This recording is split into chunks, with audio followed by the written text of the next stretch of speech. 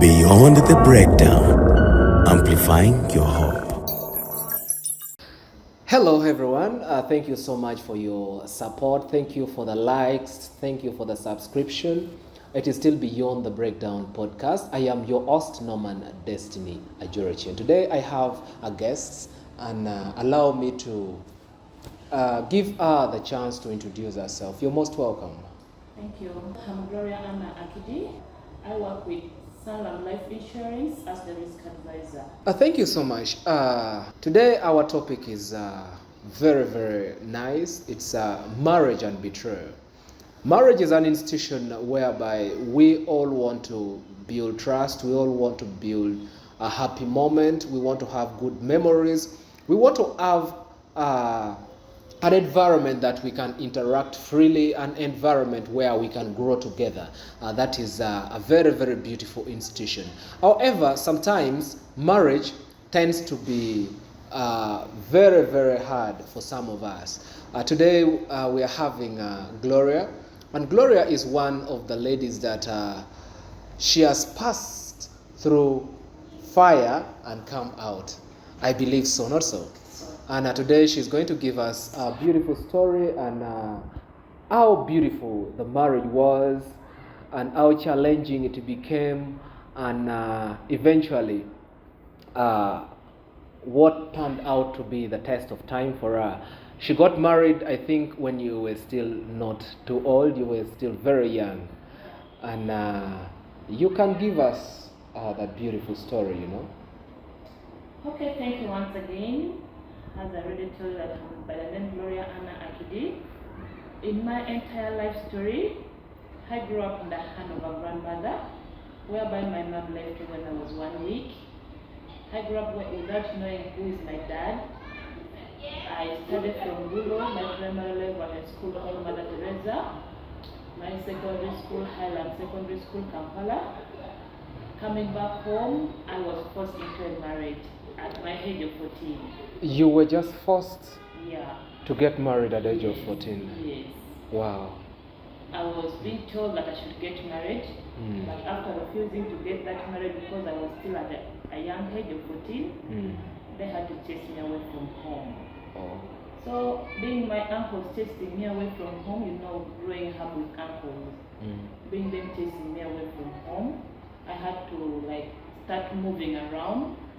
Even I ended up sleeping in the bush for 3 days. Wow. This is From there, I went to a relative home, a place called Akokoro. That's when I got a man whom I stayed with. He was my OB. I fell in love with this man after me telling him my story. At the age of 14 still? No. Yeah. By then it was at the age of 16. Okay. Yeah. I was clocking then 17. From there, I fell in love with him. On the first day of breaking my virginity is the day I conceived. Wow. Again, life became worse. Because by the time he realized I'm pregnant, he had to disappear. He left me when I was pregnant of 1 month. And being in a terrible world, I had to struggle with my pregnancy. His mom forced me to do abortion, but I refused to do abortion. So, both families were knowing, both families accepted that you people should get married? No. Actually, my parents knew that I was pregnant with him, and then they picked me and took me there. Taking me there, his mom was denying that it is not his son who got me pregnant.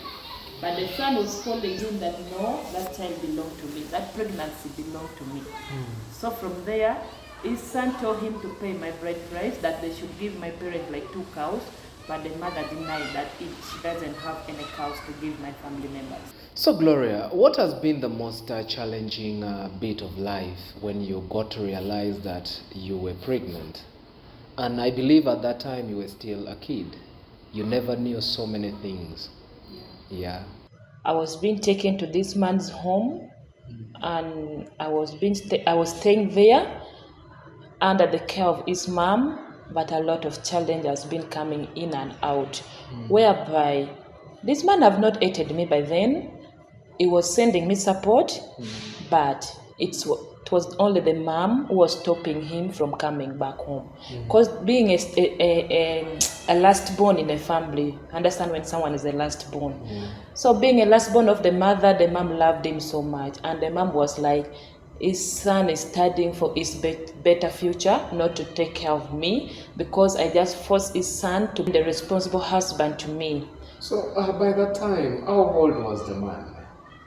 Actually, by then, the man had just completed senior 6. He was even still a young guy. He was around 20 plus. 20 plus? Yes. So a difference of some good years? Yes. Okay. So from that time, what were some of we are still talking about the challenges. Yeah, the challenge is, if the man sent me money to follow him where I have run, because after him running away, on hearing that I'm pregnant, after him running away, he called me telling me he's in Kampala, looking for a living in Kampala. So he sent me money to follow him in Kampala, but the mother told me if I enter into a bus that I'm going to follow his son where his son is, I should get accident and die on the road. Even the brother to this boy used to disturb me by opening a house on me, trying to rape me, so that they put accuse on me that I'm doing bad thing in their family. So the brother wanted to rape you? Yes. Tell me about that experience also. So, being in these situations whereby the brother could go to center and pretend that he's drunk, then he come and open a door. There was a day he tried opening a door, but I've locked the door from inside. So he had to kick the door with his leg. On kicking a door, he entered inside the house and just climbed into my bed. So on climbing into my bed, I have to shout so that people come and help me. But when the people come, being the mother doesn't love me, that I forced my marriage to his son, this woman started making alarm that I again started falling in love with his elder son. Wow. So Gloria, what has been the biggest misconception that people have had about your situation, like something that people will think is the truth, and yet to you it has not been the truth? Yeah, so that thing whereby this thing was happening in my life, all this challenge have been happening in my life, I've been going through a lot of pain. A lot of people come to me to ask me about the story my mother-in-law go out and tell them. When I try to explain to them the correct thing, they don't believe on me. Because what my mother-in-law tell them is different from what I always tell them. So actually, your mother-in-law, in a nutshell, never loved you. Yeah, she never loved me. She never loved me. Now I continue staying there, and on my staying there, it reaches 9 months of pregnancy. On giving birth, it was one of the brother to my husband who took me to the hospital. Taking me to the hospital, I gave birth to a baby girl. That's when this man started calling me that I've given birth. But starting from the pregnancy of 5 months, he stopped calling me, hearing the advice from his mom. So I stayed there. Even all my friends were telling me, why don't you leave this marriage? The whole thing I told them, no, when I'm on a right, I will not leave this marriage, because I know I'm doing the right thing and I'm at the right place where my child belongs to be. So after me giving birth to my child, I stayed there with my child, with my child from 0 day up to when my child clocked 1 year and 6 months. On clocking 1 year and 6 months, being near my auntie's place, a son to my aunt died. So I had to leave my home and go for the burial of my aunt's son, or my cousin brother. So going for the burial, coming back, I got when my mother-in-law have collected everything from my house, and the house had remained empty with nothing. It had remained with only the clothes I've come with from our home. Even the food, the beans I grow that I've packed inside, she have carried everything. The saucepan I've bought, because she never liked me, I decided to start cooking for my own. Because I was thinking she can even end up doing something bad to me when I continue staying in our kitchen. So I decided to separate my kitchen from our kitchen so that I start my own life. So coming back from my auntie's place, when I went for the burial, coming back from the burial place, I got when she have packed everything, even my mattress, all the thing I used to stay with in the house, she have packed everything. By then I had nowhere to stay, I had nothing completely to do. So I have to go back to my auntie's place, and I tell this story to my aunt. From there, I started staying at my auntie's place. At staying in my auntie's place, my mom came and picked me and took me back to my grandmom. Taking me back to my grandmom, again another problem started coming in. My uncle started disturbing me again, that for you, we don't know where you come from, we don't know your father, and again you have brought for us another child without a father.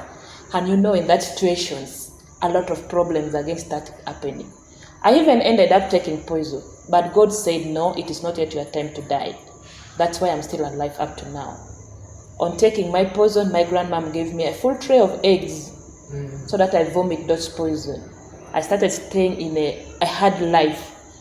And then my grandmom told me, Gloria, there are some other people who are teaching, even they have not gone to institutions. Some of them have ended only in senior 3, senior 2, but they've got a private school they're teaching. But you who have completed even senior 4, you have all your documents. Why don't you go and look for a private school and you start teaching? Going to this private school, a certain school called Remedy, I started teaching in this school with my child. I could carry my child on my back. I go to school. But again, a lot of challenge come in and out, whereby when they pay me my salary, I will not even hold the money in my hand. After this relative of mine knowing I've got my salary, I will not hold the money in my hand. Why?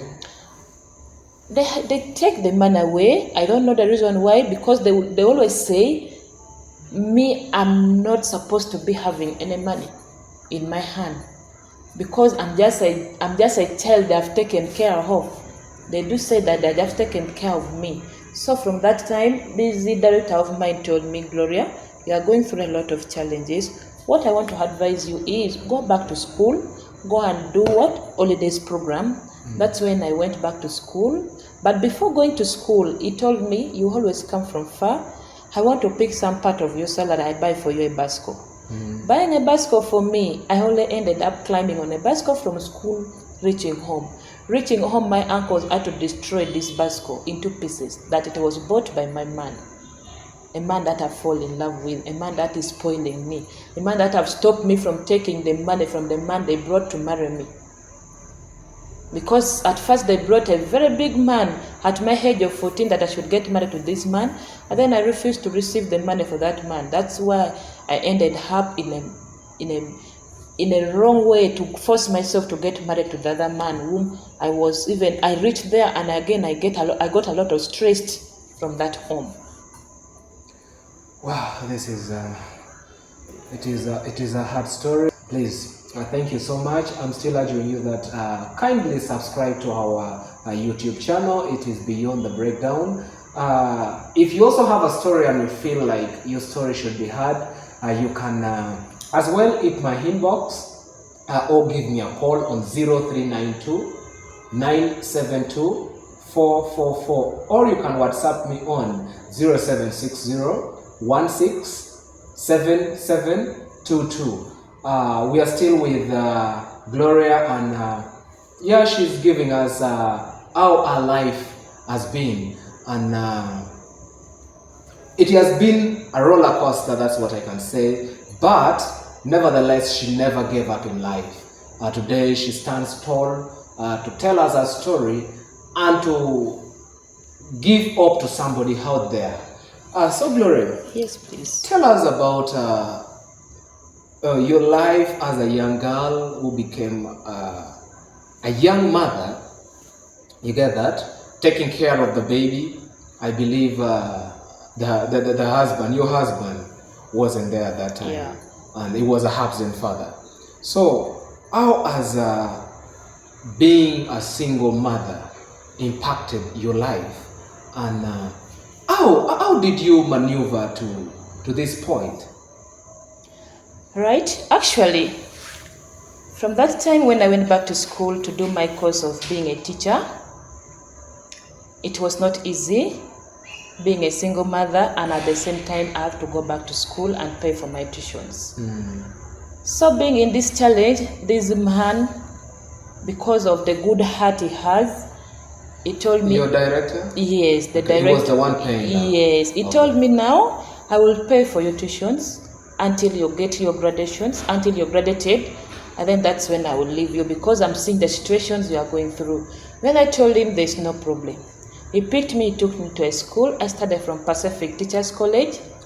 Okay. From that time, I was there with my child. People could go to class without a child, but me, I can go to class with a child. And all my principals were knowing that they were knowing my challenge, what I've gone through. They were all knowing. So from there, I studied. After getting my graduation, it was 2018. By the time I graduated in 2018, being a young person like me, you can't stay alone without any man. Yes. Again, I got enveloped to another man. This man showed me love, showed me everything, and a love that I've never seen in my life before. Wow, I think that was a ray of hope. That one, I fall in love with him, I accepted him, and then it reaches a time he told me, I want to take you home to my parents. I told him, it is a good decision, but I will not leave institution going straight to your parents. Before you going to my what? To my parents. You have to go and introduce yourself to my parents, telling them that from today onward, you are the one who is going to take full responsibility about me and my what? And my young daughter. But then my daughter was 2 years. She had already clocked 2 years. Then from there, he was like, yeah, there's no problem, but I have nothing like money. I told him, do you know what? I have some 100,000 in my account. We went and withdrew this money. By then, sugar price was still at a lower price. We went and bought sugar, we bought cooking oil and some shops, and then we went with it to my mom, to my grandmom, because I was being raised by my grandmom. Yes. So reaching there, we call all these uncles of mine, even the one who have been mistreating me. I call all of them. And the most painful story was, even my mother was enveloped on mistreating with his brothers. Wow. Your mom was supposed to be was supposed to support me. Was against me. Oh my God. But then I thank God that very day when I raised my voice to her, she came. By the time this man went. So what she told this man was like, can I send some people to come and see where Gloria is going to stay?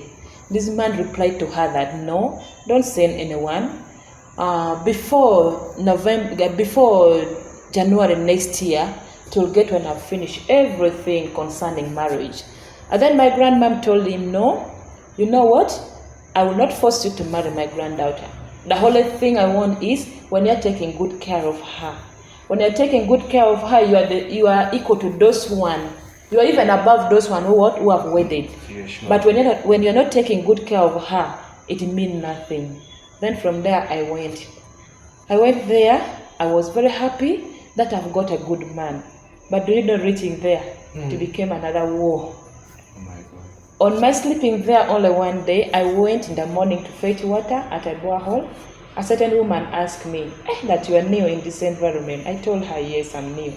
And then she asked me, where are you coming from? I told her, I'm the wife to so and so. And then this woman just laughed. Do you know when someone just laughed? Sarcastically. Yes. Then this woman told me, with that man, if you finish a week with him, I will say you're a strong woman. I told her, I've already come. Come rain, come sunshine, I've already come. And then again, it did not end on this woman. The mother of this man also came and told me that, have you made up your mind to stay with my son? I told her, yes, I have come, Mama, I've made up my mind. The woman told me, if you finish 1 month with my son, I will say you're a strong woman. I knelt down on my knee and told her that, Mom, I have already come and I've made up my mind to come and settle in marriage. So from there, I stayed for the first month, nothing. For the second month, nothing happened. For the third month, nothing happened. But in the fourth month, at the last, when it was clocking the fourth month, in the third month, this man started disturbing me. Okay, toward the end of the third month, this man started disturbing me that I've refused to conceive. So I told him, it is not me who can force myself to conceive. And it is not me who give a child. It is God who always give a child. I stayed with this man. When it clocked 6 months, I realized I'm pregnant for the second child with this man. From there, the man started being happy, started loving me, buying everything. But again, when the pregnancy clocks 3 months, this man again started disturbing me that I should do abortion. I told him, no. At first you were disturbing me that I've refused to conceive. Now again you are disturbing me that I should do abortion. What's the problem? What's the matter? This man told me, no, maybe God have not yet planned for us to have a child together with you. I told him, no, I will not do abortion because I know abortion can kill. Not only that, you never know the child God is going to give me is going to be someone in future. So I'm not going to do abortion. So from there, I started staying again with a lot of heartbroken. Started recalling the past events on my mind again. Now from there, I started staying with this man, whereby we are not talking, we just stay like the way we are sitting like this, but you know when you are staying together with someone and you are not talking to him, it is so painful, so painful. It tortures. It tortures you seriously. So from there, I used to go on my knees. I was a strong Catholic. I used to go for prayer. I don't know even how to pray and fast. I don't know how to do those by then. So from there, I told this man that I'm not going to do abortion. From there, we had to separate the house. The man packed everything and he went and started sleeping in another house. Even me, I was sleeping in another house. Being in that marriage, it was a tug of war. And to come out from that marriage was a tug of war, whereby we could go to the garden, dig without talking. Coming back home, when I take him water for bathing in the shelter, then I come and tell him that I've taken for you water. This is a man who is going to pour down that water and fetch another water in that very bucket and go and bathe. When I tell him that food is ready on the table, he will just pick another serving dish, go to the hotel, buy food and come and eat. But when I put this thing without telling him, he will use it. When it clocked 6 months, I realized I'm pregnant for the second child with this man. From there, the man started being happy, started loving me, buying everything. But again, when the pregnancy clocks 3 months, this man again started disturbing me that I should do abortion. I told him, no. At first you were disturbing me that I've refused to conceive. Now again you are disturbing me that I should do abortion. What's the problem? What's the matter? This man told me, no, maybe God have not yet planned for us to have a child together with you. I told him, no, I will not do abortion because I know abortion can kill. Not only that, you never know the child God is going to give me is going to be someone in future. So I'm not going to do abortion. So from there, I started staying again with a lot of heartbroken. Started recalling the past events on my mind again. Now from there, I started staying with this man, whereby we are not talking, we just stay like the way we are sitting like this, but you know when you are staying together with someone and you are not talking to him, it is so painful, so painful. It tortures. It tortures you seriously. So from there, I used to go on my knees. I was a strong Catholic. I used to go for prayer. I don't know even how to pray and fast. I don't know how to do those by then. So from there, I told this man that I'm not going to do abortion. From there, we had to separate the house. The man packed everything and he went and started sleeping in another house. Even me, I was sleeping in another house. Being in that marriage, it was a tug of war. And to come out from that marriage was a tug of war, whereby we could go to the garden, dig without talking. Coming back home, when I take him water for bathing in the shelter, then I come and tell him that I've taken for you water. This is a man who is going to pour down that water and fetch another water in that very bucket and go and bathe. When I tell him that food is ready on the table, he will just pick another serving dish, go to the hotel, buy food and come and eat. But when I put this thing without telling him, he will use it. When I put food on the table without telling him, he will come and eat. When I take water in the shelter without telling him, he will go and bathe using the water I've taken for him. By the time my pregnancy clocked 6 months, this is a man who came kneeling down on his knees before me, asking for forgiveness from me. I told him, no, if you have come to me asking for forgiveness in a good faith, there's no problem. I have forgiven you. And then the man was like, Now we are showing bad example to our young daughter here. How are we now teaching? What are we teaching her to do in future? We are teaching her in a bad way because you have accepted me with my child, that firstborn of mine. So I accepted on his apology. We went and we started staying together. By then my pregnancy was 6 months. But I stayed with him for only 2 weeks. And my pregnancy clocked 7 months. On clocking 7 months, I went to a prayer. There was a certain prayer around home. These people who call pastors to come and pray for them at home. I went for that prayer. This man doesn't know me. The man just called me. There's a woman here who is pregnant of 7 months, and I'm seeing something that is going to happen into her life, and a very serious thing that may even end up her life. And I was the only Gloria who was pregnant in that prayer point. So I went to this man. He prayed to me, and he was like, God will open your way.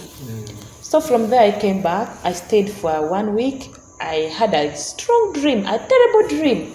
In my dream that I was fighting with someone, and this person is a man. So this man is short, but that face was covered. I was not seeing his face well. So from there, I wake up from my dream. I started praying. The man started beating me that I'm disturbing him with my stupid prayers. So from there, the whole thing I told God was like, God, please open my ways. If this dream I'm dreaming, it is from your will, let your will be done. But if it is a devil plan, please cancel it. I went back to bed. Less than 5 minutes, I started again the same dream. On that dream, I had a dream that the man had now picked a knife to stab me with a knife. So from there, I had to shout Jesus from my dream. On shouting Jesus, I got when the man was live with a knife on his hand to stab me. And his intention was to kill me with my unborn baby. So on shouting, a knife fell into my stomach, and the man stabbed me from my stomach. Yet I was even pregnant of 7 months. So on him stabbing me with a knife on my pregnancy, I shouted, and then his relative came. But do you know when God wanted you to first remain alive? A knife fell on the floor, and the man was looking for a knife to stab me again so that I die, but he cannot see the knife. God have covered his eyes, he cannot see the knife. Not until his relative came, his mother came with his uncles, and then they had to tie him with a rope. On tying him with a rope, they rushed with me to the hospital, Nightingale Hospital. From there, I stayed in the hospital for a month, and then I was discharged from the hospital. On being discharged from the hospital, my mom who was against me with his brothers. She was again the one who was taking care of me in the hospital. That's the day my mom started showing me love. From that day up to now. Wow. So, Gloria, how have you in this past time dealt with negative opinion from friends about your condition, about you getting married at a very early age? How have you dealt with the opinion? How have you taken the negative vibes that they have brought always upon you? Actually, from that time up to now, my friends keep coming to me asking me about these stories. I tell them my stories. After me telling them my stories, they cannot believe. But me myself, I believe on what I tell them is the truth about my life story. So from there up to now, I've been moving on with my life. Even if they think that what they have heard from me is true or what they have heard from me is not true, I've been moving on with my life. The only thing I used to ask is God to give me strong heart to overcome the temptations that I've been passing through. Because by the time this man stabbed me with a knife up to now, I've never had anything. Because after me being discharged from the hospital, this man was arrested. And they call his family members, like the elders, to put him down, to ask him why he did this to me. The whole thing he told his parents was, if I want to stay with him in peace, I have to abort my child. At the month of 7. At the month of 7. That if I want to stay with him in peace, I have to abort my child. And then his parents was like, they should take him to prison. What my grandmom said, no, don't arrest this man. You release him. Let him go and get his own problem somewhere else. Not from what? Not from my daughter. Not him to go and cry in prison that so and so's daughter is the one who have made me to be arrested.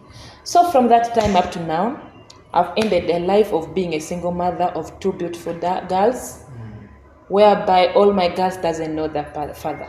They don't know their parents. Okay. I'm I the understand father. how painful it is. Yeah. Now, in this context, how are they coping up? Have they not asked you where the whereabouts of their father? And whenever they ask you such, what is your Actually, I'm now getting a big challenge from my young girl, the last one, because for her, she always asks me about her dad. Sometimes I feel pain in my heart telling her story of her father. So I've now developed a mentality of taking care of them by telling them, you people just study. When you study, you will get a lot in future. And with time to come, your dad will come. Because each and every time when my young girl asks me, Mom, when is daddy coming to visit me? I always see people's dad coming. And where is our dad? I always tell her, no, be calm. Your dad have gone for a work outside the country, but I know with time to come that your dad will come. That's what I always tell her. So, what is the most important thing you've learned about forgiveness, and how has it impacted your life? Actually, the most important thing I've learned about forgiveness is, first of all, it opens way for someone. When you forgive and you forget and you relax you about what happened to your life, you will get even what you have never expected in your life. Like being me right now, I've forgotten about what happened into my past and I'm moving on with my life. And I see that the life I'm moving on is a very good life that I'm moving on, because I've experienced a lot on the past, even on what I've gone through in marriage. So right now I feel like being a single mother of me, I've got a job, I'm now working and the job is paying me well. And my kids have gotten bursary. So I'm just happy because of my life. If I had taken my life, which means I was not going to see all the things coming into my way. And also when I've detained this man in prison, maybe God was not going to open my ways. But being with good heart and good faith to release him, but for me myself, I can see I'm going through a lot of changes in my life. Can you tell us about the moment that you felt like giving up, but you told yourself to keep on going and fight for yourself? Yeah, by the time I was facing these challenges, I felt like giving up in life. But I sat down and looked left, right, south, and north. I was like, now when I end up my life, and even my firstborn doesn't know the dad, how will she grow up and how will she be taken care? Like the way I've suffered in life, how will she grow up when I'm not there? She will not grow up in a way that I wanted her to grow, because she will again be mistreated the way I was mistreated. So I was like, let me give up on the past event and I start moving on with my life. Thank you so much, my viewers. Let me give flowers to Sox Media. They're the brains behind this, and they're really doing so much. You feel like holding in a party and doing photography, videography. You feel like maybe capturing your moments. Please trust these guys, they are so good at it. We are still moving on, and let us go commercial, and we come back and continue with our session. In the world where visual speaks louder than words, your brand's identity matters. At the Graphic Hives, we craft stunning visual identity that captures your brand's essence. From logos to flyers, banners, stickers, letterheads, and printing all these, we bring your vision to life with creative expertise. Welcome back from that break. We are still on Beyond the Breakdown.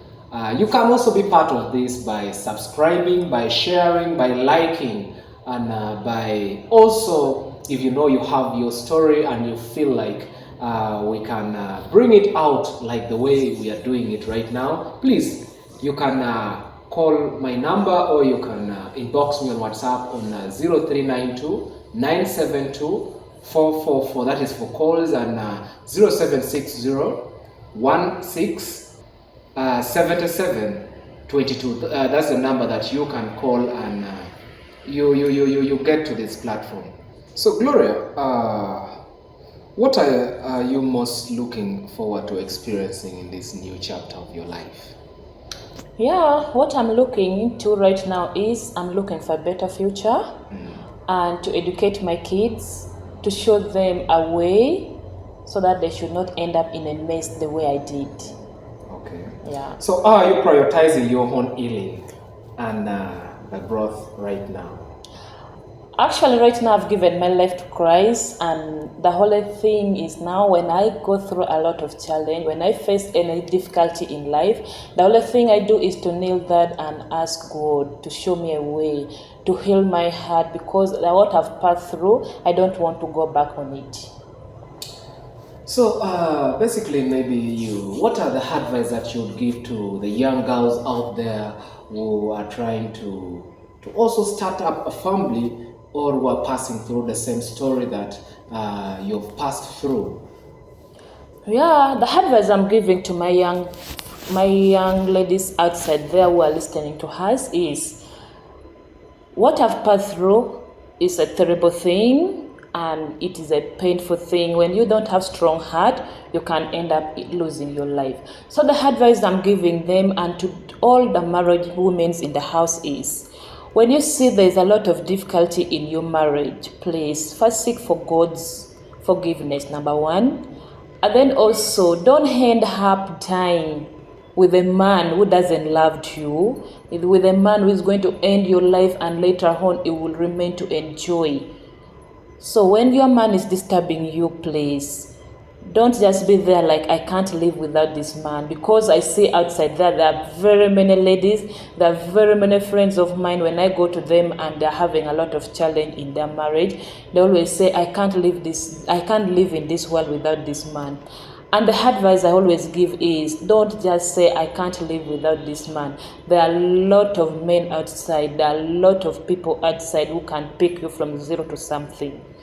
And also, maybe that man, God have not planned him to be your husband. So if the man is disturbing you, please run for your life.